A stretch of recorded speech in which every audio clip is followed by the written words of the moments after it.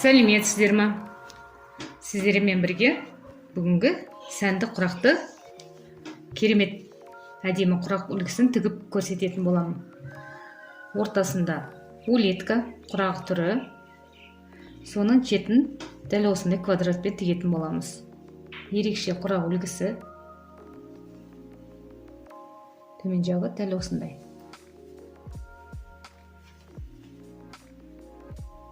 Дәл осы құрақты тігу үшін бізге құрақтарымызды дайындап аламыз.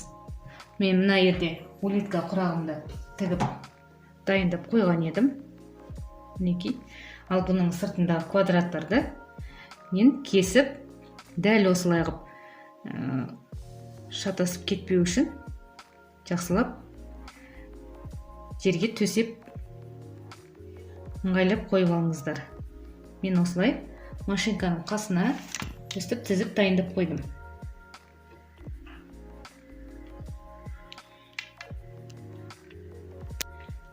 Дәл осылай қойып аласыздар. Содан кейін мына шетінен бастап тігеміз. Осылай дәл осылай шетінен бастап тігіп шығамыз. Осылай кезегімен тігеміз. И осының бәрін құрастырып тігіп алған соң, мына ортасына улиткамызды қоятын боламыз. Дәл осылай улиткамызды туралап қойып тігіп шығатын боламыз. Сонда біздің осы әдемі құрағымыз шығатын болады. Ал достар, бұны тікпес бұрын сіздер менің YouTube арнама міндетті түрде подписаться етіңіздер, лайк басыңыздар, комментарий жаза кетіңіздер.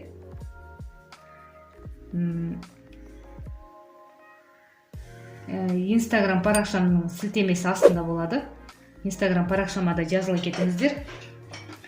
Ал достар, құрақ түрін қалай тігу керек екен мұқият көріп отырсаңыздар, осы жаңа үлгі ешқандай YouTube каналында, YouTube арнасында жоқ. Бұл жаңа құрақ үлгісін тігіп бірге үйренетін боламыз.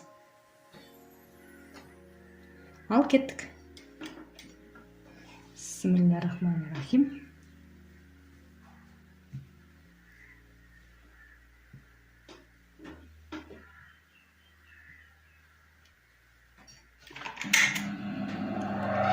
Бізге ол үшін квадратымыз 4×4 квадрат керек. Мен өстіп кесіп дайындап алдым. Квадратымызды кесіп алып, шетіне өстіп мен айтқандай жайып, ыңғайлап алыңыздар. Өстіп бір-біріне қаратып тігетін боламыз.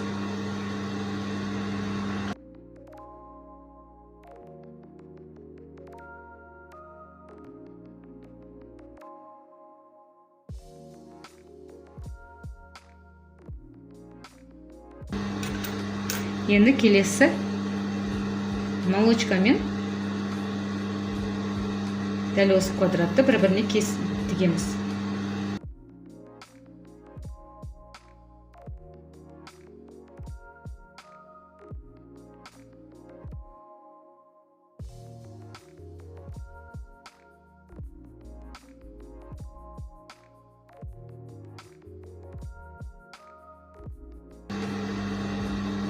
Өстіп бәрін бір-біріне қаратып тігіп аламыз.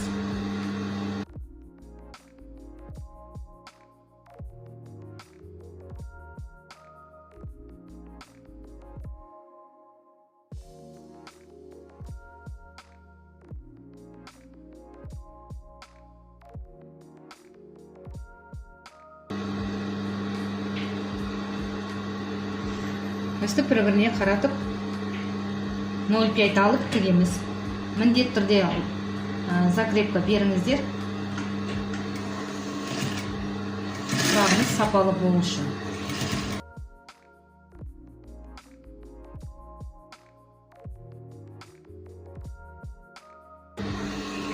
Бұл құрағымыз біздің өте күрделі құрақ үлгісі. Құрастыру қиын.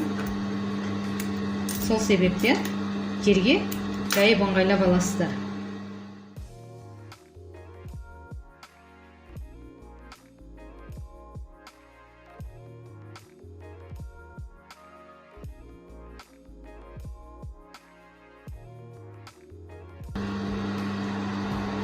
Қызылымыз бен көгіміз тегеміз.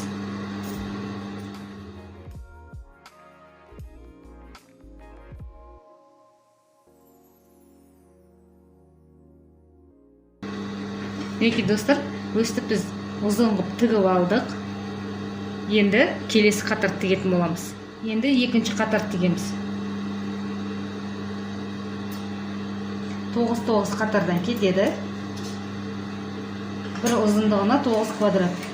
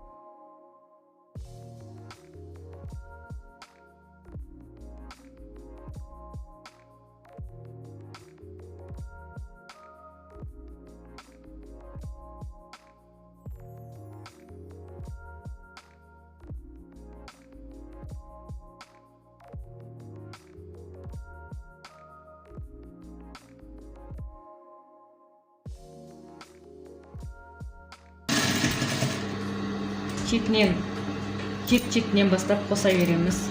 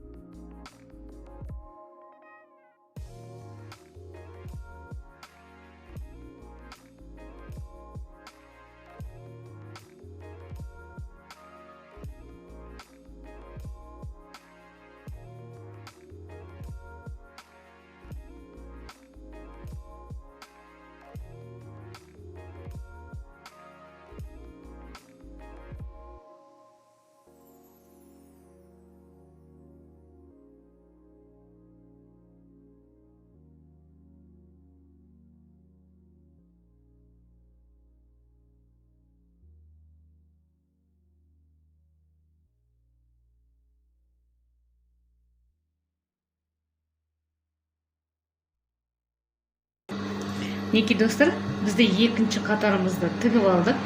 Барлық квадраттарымызды бір-біріне қосып тігіп алдық. Енді осыны дәл осы бана тіккен квадратқа бұлай бір-біріне біріктіреміз. Дәл осылай біріктіріп тігіп алатын боламыз.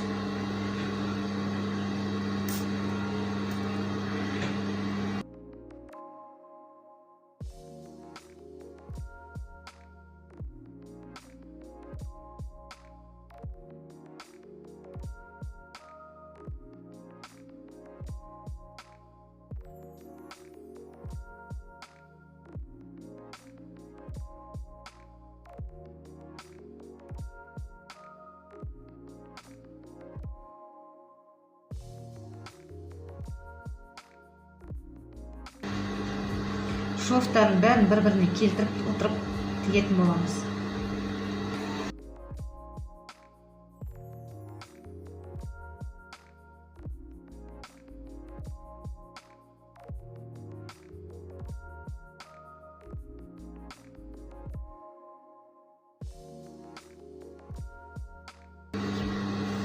Міне достар, біздің қосылған квадратымыз дәл осылай бір-біріне бірігіп тігіп шықтық.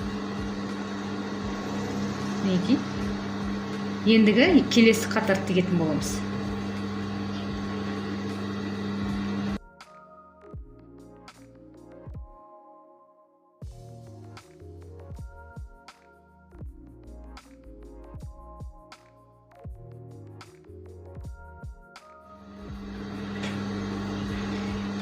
Енді үшінші қатар квадратымыз тігеміз.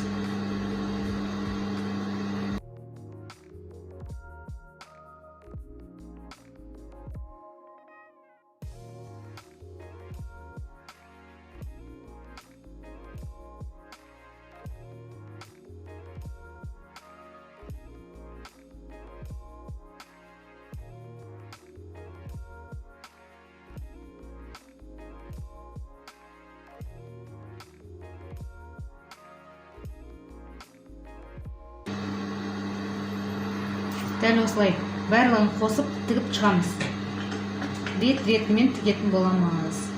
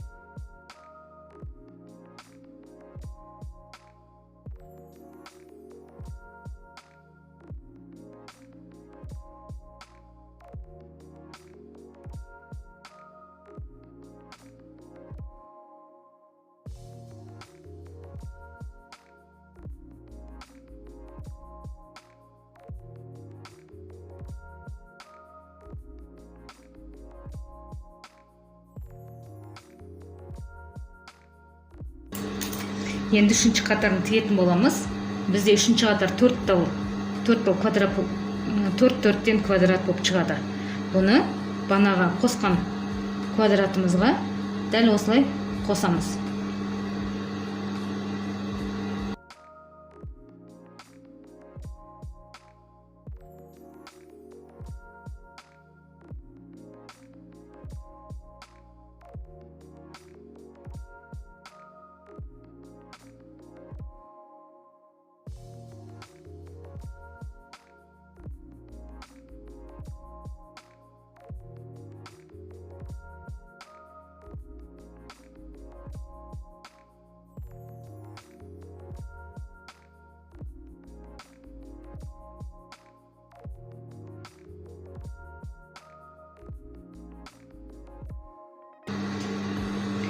Мінекей достар, бізде үшінші қатар осылай болып шығады. Енді келесі 4 квадратты дәл осы жерден қосамыз.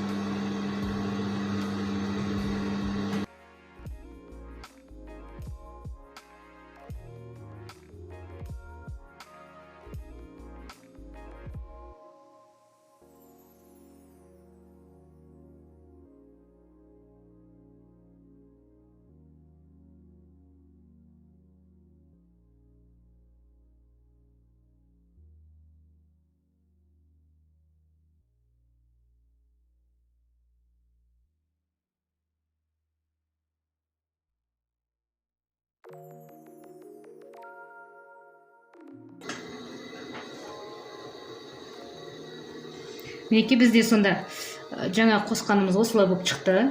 Дәл осылай. Бұны шетке қойып қоямыз да, келесі қатарларды тіге беретін боламыз.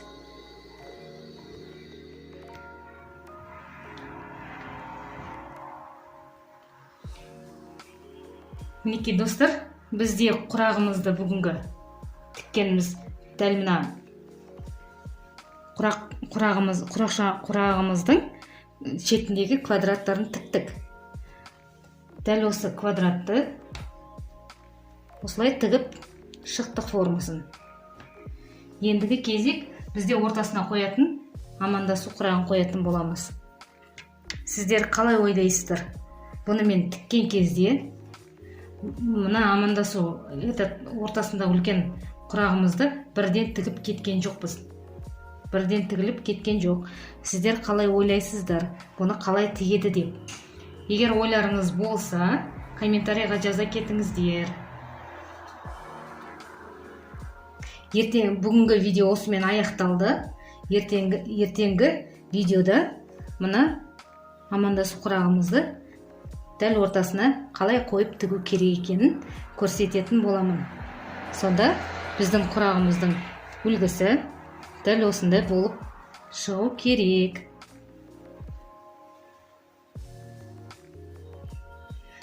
Жақсы сау болыңыздар. Сіздер менің YouTube арнама жазылмаған болсаңыздар, міндетті түрде подписаться етіңіздер, лайк басыңыздар, комментарий жаза кеттіңіздер. Сіздерге сұрақ, осыны қалай ортасына орнатады, соны ойларыңызды жаза кеттіңіздер. Instagram парақшам сілтеменің астында болады, міндетті түрде жаза кеттіңіздер. Instagram парақшама да жазыла кеттіңіздер. Жақсы сау болыңыздар. Ертеңгі видеоны күтіңіздер.